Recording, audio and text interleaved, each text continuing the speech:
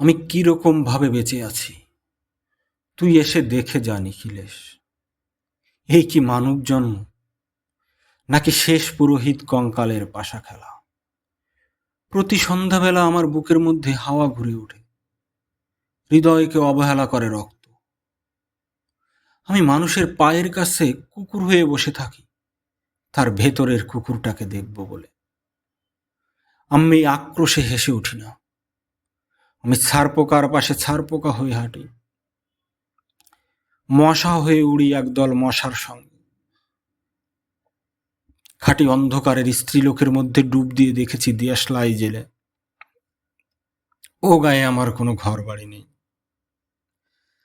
আমি স্বপ্নের মধ্যে বাবুদের বাড়ির ছেলে সেজে গেছি রঙ্গালয়। পরাগের মতো ফু দিয়ে উড়িয়েছি দৃশ্যলো।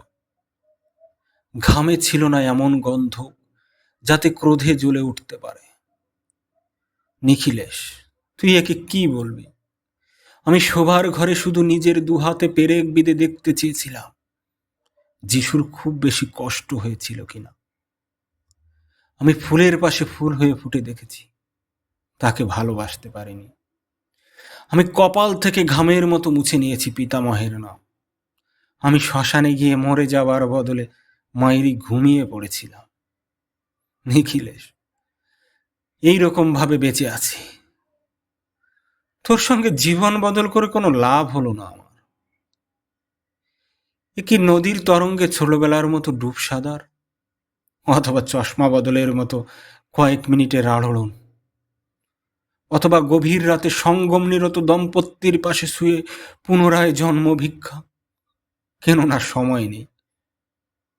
আমার ঘরের দেয়ালে চুন ভাঙ্গা দাগটিও বড় প্রিয়।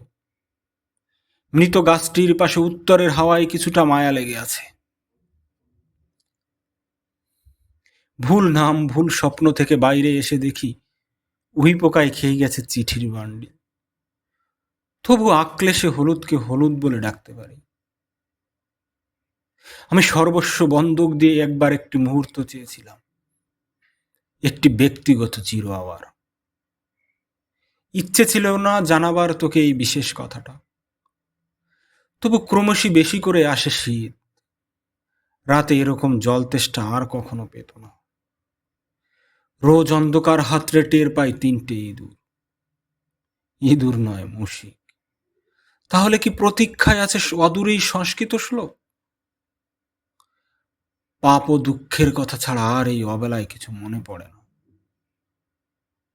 আমার নারী ও পূজা হত্যার ভিতরে বেজে ওঠে সাইরেন। নিজের দুহাত যখন নিজের মতো করে কাজ করে, তখন মনে হয় ওরা সত্যিকার। আজকাল আমার নিজের চোখ দুটোকেও মনে হয় এক পলক সত্যি চোখ। এরকম সত্য পৃথিবীতে খুব বেশি নেই আর।